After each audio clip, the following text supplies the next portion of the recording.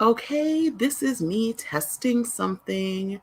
Audio recorded what I wanted to say just so that I can try to say it out loud a couple times. But I was looking at the time for the moon coming up, and I think I saw that it's on Friday, but I think it's actually on Thursday, depending on the time change in the thing that I was looking at, maybe a couple of on Monday when I looked. I got a download about this upcoming full moon, and I'm going to start playing the voice note. The voice note, and hopefully y'all can hear it. And I'll explain things.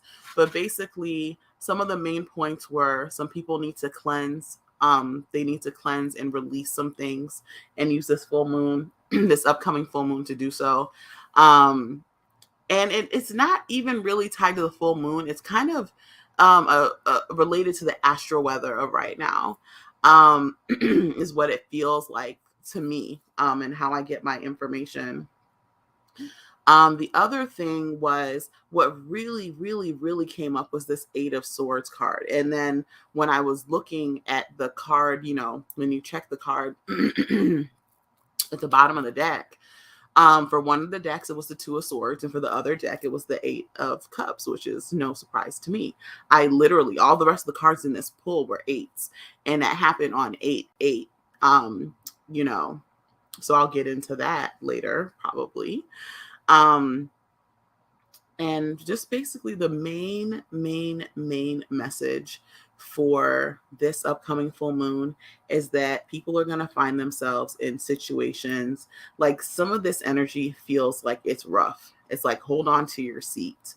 Some of this energy is preparing to hold on to your seat so you can reach the opportunities, and opportunities are just to get to the other side in one piece. And that when you do, it's going to kind of shake some other people out as far as certain things go, depending on what you're more aligned to, because this message doesn't seem specific. As I mentioned in the voice note, which I'm not sure how it's going to come up, like how I play it, but I believe I alluded to, like, for some people, it can have to do with the way you're manifesting. I've done readings for people a lot in the past 2 weeks where it's like we need to do manifesting. They need to lean more into manifesting by allowing, being receptive, not being so direct and forceful and planning and try to force their way through. And for some people, it's that they've been too much in that allowing energy, and now they have to flip it to the opposite. So it depends on your situation. It's very much so think out of the box energy with this. It is using you being in this position of, I don't want to say being between a rock and a hard place, but being in this difficult situation with unique obstacles, or just maybe not unique obstacles, but finding a unique solution to this problem and finding power from that. Like that becoming a point of power, or something that you can either later draw from, or something that's going to end up helping you in the long run. Because the card that I received after that, when I went to another deck, it was the Eight of Pentacles reversed. And this is your opportunities, specifically your opportunities for advancement. Because this is actually one of my favorite cards in all of the decks, but it is going from a student to a master, or going from, an apprentice to, a legitimate, like I would say, maybe in the cooking world, like going from I don't know what they call them, the people before they're chefs, to a legitimate chef.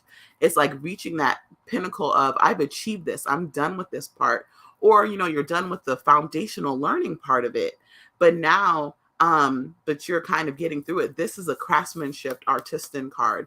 So it is signifying that shift. And the eights in general, or this energy, is transformative. It's transformation and transformative. And I very much so get that with the Eight of Knives. The fact that you're in a specific place where it feels like, your blessings are blocked, you are blocked, that you can't move forward, that you feel like all the roads that you've been planning on or wanting to do, they've all been closed off. The door's been shut in your face. But it's like, well, instead of a door, the saying, when one door shuts, another door opens. Maybe it's that, you have to find another escape hatch. Maybe you have to go up a ladder to go up a door up there. I'm thinking of the movie. I'm thinking of A Wrinkle in Time. I don't know if you've seen the movie, but it's like one of my favorite books. But where they were trying to find the room that their dad was in. And in fact, like Meg had to I forget what she had to do, but if you see the movie, you'll see and in fact, she had to it's the way she had to shift her thinking. And that book in general, oh my God, I read that book when I was way too young. When I say way too young, when I told people I was reading that book, when I did, I think, oh my God, I literally think I was 7 or 8 when I read A Wrinkle in Time, the first one. By the time I realized there were other books in the series, I think I read them when I was maybe 14, 15. But the first book, I read it when I was probably 7 or 8. I was an advanced reader, but I just loved the story. I was so drawn in. Tesseract. Anyway, let me not talk about it. I will talk about these cards here. And what else did I get? And then the third card was the 8 of Swords in the second deck that I pulled. So solidifying, supporting the first 8 of Swords that I got.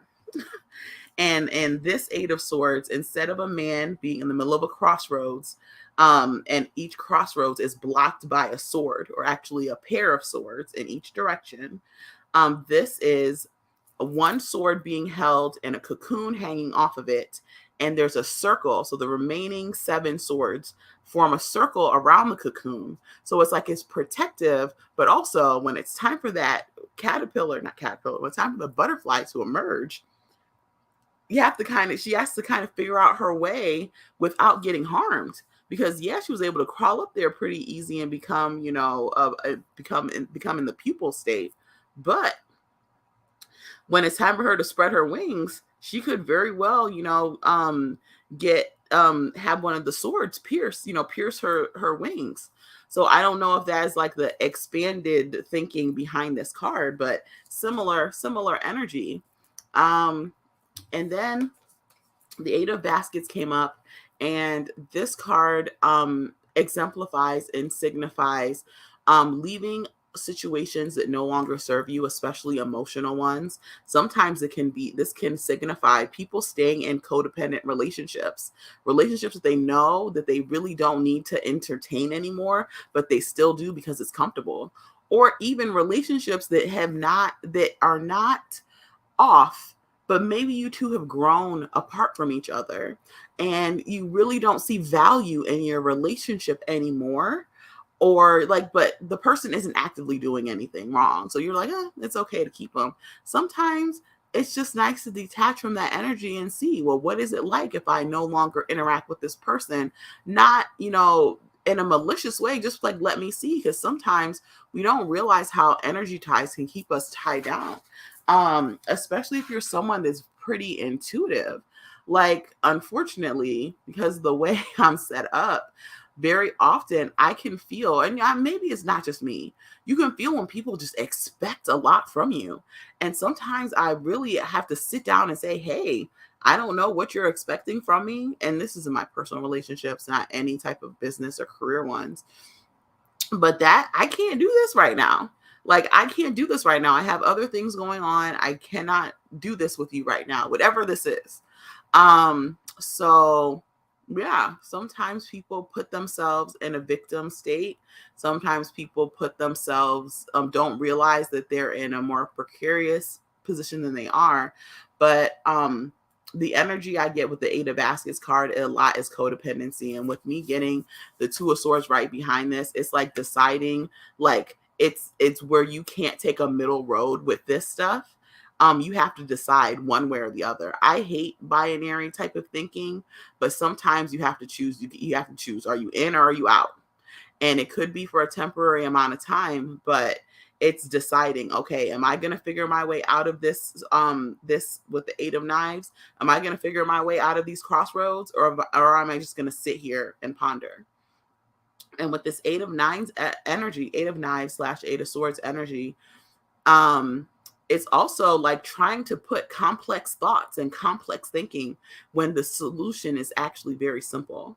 The other card I think of is there's the Eight of Swords. It's not swords, it's called something else in the Psychic Tarot of the Heart, but you see a road, and at the end of the road, there are mountains. And to the person that's looking, it looks like it's blocked, but there's a way through in that card. And similar to this is why this Eight of Knives from the Hoodoo Tarot deck seems so familiar, because there's a way out. Between these two swords, there's space for this person to walk through. And even let's just say that all these swords were all connected, like that the swords were like a fence, or they were connected by a rope or a line where you couldn't get through. There's still the grass, or you could even still hop over the fence, you know. Or there are other ways that you could get out of this road, but sometimes it's looking for the simple solutions. What else? With the Two of Swords coming up as the bottom of the deck with a Wild Unknown, this is protecting your energetic boundaries, supporting yourself emotionally, and protecting and maintaining your energetic and boundaries, period. Boundaries of telling people, hey, I don't have, I can't talk to you right now. Hey, I'm going to distance myself for a little bit. Hey, this is not okay. Or I don't like this, or please interact with me this way, not this way. That's very much so the energy of this card, especially with it coming up at the bottom of the deck with the Hoodoo Tarot deck. This Eight of Baskets, what were we just talking about? Codependent relationships. Codependent relationships are notorious for not respecting boundaries. When one person feels that they need someone else, that they will violate their boundaries because they feel that their needs are so important, or they have something going on that they feel that, well, it's okay this one time. They told me to not talk to them or call them until tomorrow, but I have something serious going on right now. And sometimes that can be that can very well be the case. But in this situation, it's like telling this person, no, I understand you have something going on, but unless it's life or death, literal life or death, I can't talk to you right now. I can't engage with you right now. Those type of things. Keeping up your energetic boundaries with the Two of Swords. Maintaining your own energetic boundaries, your spiritual boundaries, taking the salt baths, like doing the things. Like a very simple way of you clearing your energy is taking a simple salt bath. You can make, like, there are tons of, spiritual baths you can use. And I think I have a video. I have a video. I don't know if it's still public where, but I'll make it public, where I talk you through how to do Olympia. I talk you through how to do an egg cleanse, then do a salt bath, then do a spiritual, a spiritual soak or a spiritual rinse. All these things to help clear your energy. You're clearing other people's energy from you. You're enhancing, I'm trying to think of the word. You are reestablishing your auric boundaries, just your auric energy, and making your aura strong, and just that energy that's around you strong and impenetrable or less penetrable. It's very important. And I feel like that is something that if it's not, because I feel like if these boundaries aren't maintained, it's going to make some of this energy coming through in the next couple weeks a little bit more difficult to manage, because other people are going to kind of be, I don't want to say out of it, but they're going to be maybe leaning on others for support. They keep on bringing on this codependent thing. So it's going to be very important. And then you'll kind of see where you're having energy leaks. Whether it is, getting off social media, blocking people on social media, things like that. It'll just be very, I can't think of the word. But that's what I'm getting for here. I had more, but I feel the main points here are the blockages, the going around and round. The other things I'm picking up are anxiety. The last thing I said was going to look at the transits and see what's going on sky-wise.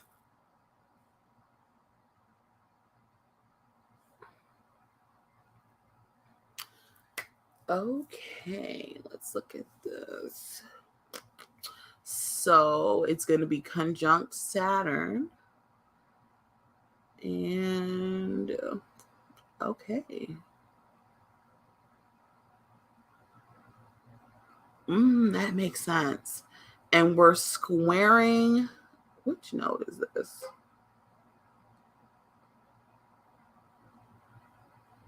We're squaring our node, or the true node, and we're squaring Uranus.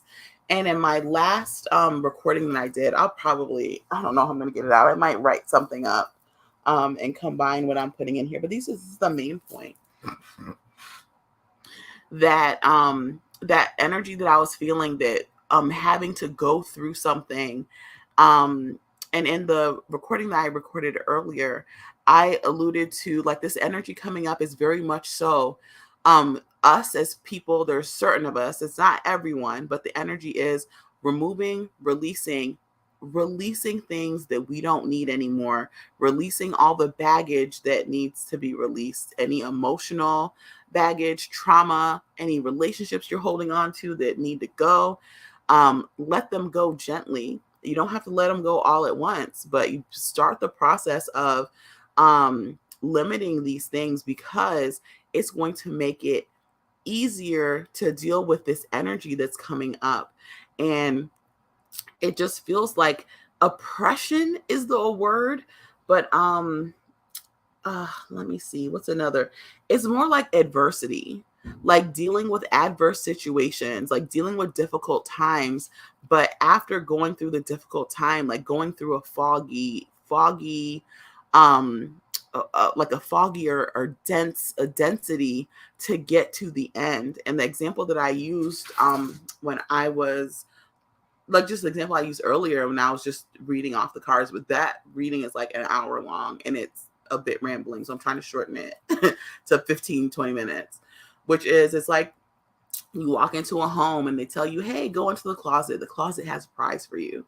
And you walk into the home, you're in the kitchen or you're in the living room, you walk into a bedroom and the closet is adjacent to the bedroom, but the bedroom is full of all those balls, or it's full of like those play balls. You know, those balls that you like go into, that you jump into, like in the, like, I don't know, at Chuck E. Cheese. I forget what these things are called, but it's just full of balls. So you have to figure out these, these play balls. So you have to figure out how to get to the closet and manage all the balls. Like, the closet has a prize in it, and it could be something like $1 million, who knows? But the closet is the opportunity. It's the thing that you want, or just the advantage, or just being at the other end of this weird energy. And you can't get there, like, with the more baggage you have. I don't think that's such a good example. I'm trying to get better at having examples and things like that, but we can't get there without this. So again, that's what this energy feels like. And why I felt called to let people know, hey, it's time to cleanse. Hey, it's time to cleanse. Hey, it's time to sorry, sighed, because it's like every time I'm like, oh, I talk about boundaries in relationships, I get a notification and I'm like, really? Not really in a bad way. Just like, I think it's spirit going, yeah. Anyways, I just have a lot to do this week. So, anyway, sorry. So, yeah, I don't know if I'm going to let this go. This reading, I feel like it's necessary, but I feel it may not feel like coherent. So it's just whatever. You can listen. Hopefully somebody finds this helpful. And yeah, that's all I have for now. Oh, I said I was going to look at the transits. It looks like there is Saturn that's conjunct the moon. And then we're squaring true node, and we're squaring Uranus, which I feel the squaring Uranus, I feel that's giving me this Eight of Knives, that feeling of obstacles coming up, adversity, and finding unique solutions out of like problems, or simple solutions to a problem that seems like it's complex. It's like thinking out of the box. And sometimes when you get to think of this problem outside of the box, the solution becomes simpler than more complex. So that's number one. Saturn being here, I feel like the Saturn part being restrictive, I feel that is insulating and protective in a way, but also needing to come correct, being on your P's and Q's. My experience working with Saturn energy, and I'm a Saturn ruled, my chart is Saturn ruled, and it is the ruler of my 10th house. And Saturn is the ruler of my 10th house as well. It's like, you got to come correct when you're working with Saturn. You have to have genuine, it needs to come from a good place. You can't really be on bullshit when you're dealing with Saturnian energy. That's the one thing you can't do. You need to be authentic. You need to be about your stuff. You need to be on point. You need to have this foundational knowledge. You need to be this on your P's and Q's. And there's a sense of mastery there, of a sense of achieving something and being someone that's proficient. Well, the word mastery probably isn't the right word, but someone being competent and proficient. A lot of things going on when it comes to some spiritual things. You have people, I don't want to call them out and out charlatans, but you have people acting like they have more experience than they actually do, and calling themselves things like Reiki master when they've actually only been doing Reiki for a month. Or so, there's stuff like that happening. There's people who are doing all types of weird shit, and I'm not one to mock or clock how anyone's doing their things, but we can collectively say that doing something like that is not in alignment with what's right, and it's not in alignment with what's the word I'm looking for, that's supportive to, let's just say, I'm using Reiki as an example because I know of maybe a handful of people that just popped up out of nowhere. And when I say pop up out of nowhere, I don't mean like, oh, nobody knew about them. Like, I don't claim to know everyone, but if you go back on their social media history and profiles, you will see that they knew nothing about Reiki shortly before they started offering things. And that's very suspect. That's very suspect. I have one that a friend brought to my attention, but I know of about 2 or 3 other people that were doing the same thing. What I do when I see those folks, I mute them, block them on Twitter. I don't want none of that. Like, I don't want to see it. But I'm sorry. So when I'm saying what that comes to is, you can't be fake with Saturn. You can't be on bullshit with Saturn. With Jupiter energy sometimes. With Neptunian energy sometimes. Some people can be running some type of like weird stuff where you can't figure out what's going on. But Saturnian energy, no. No. You cannot. That won't end well for you. So that's just how I pick up on that.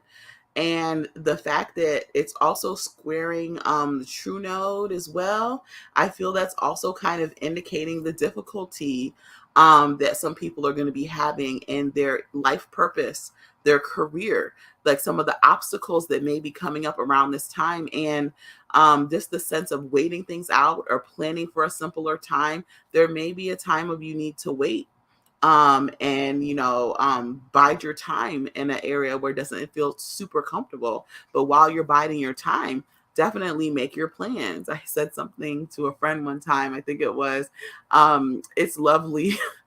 I said, it's lovely, making plans on someone else's dime, like, planning your dreams while you're actually working for someone else. Sometimes it's how it goes, where you're planning something else completely, but you're getting paid or you're doing something else entirely. Sometimes it's just how our brains work. Yep. That's what I have for this here. And I think I'm going to keep this up. I'm sorry, this is a bit rambly.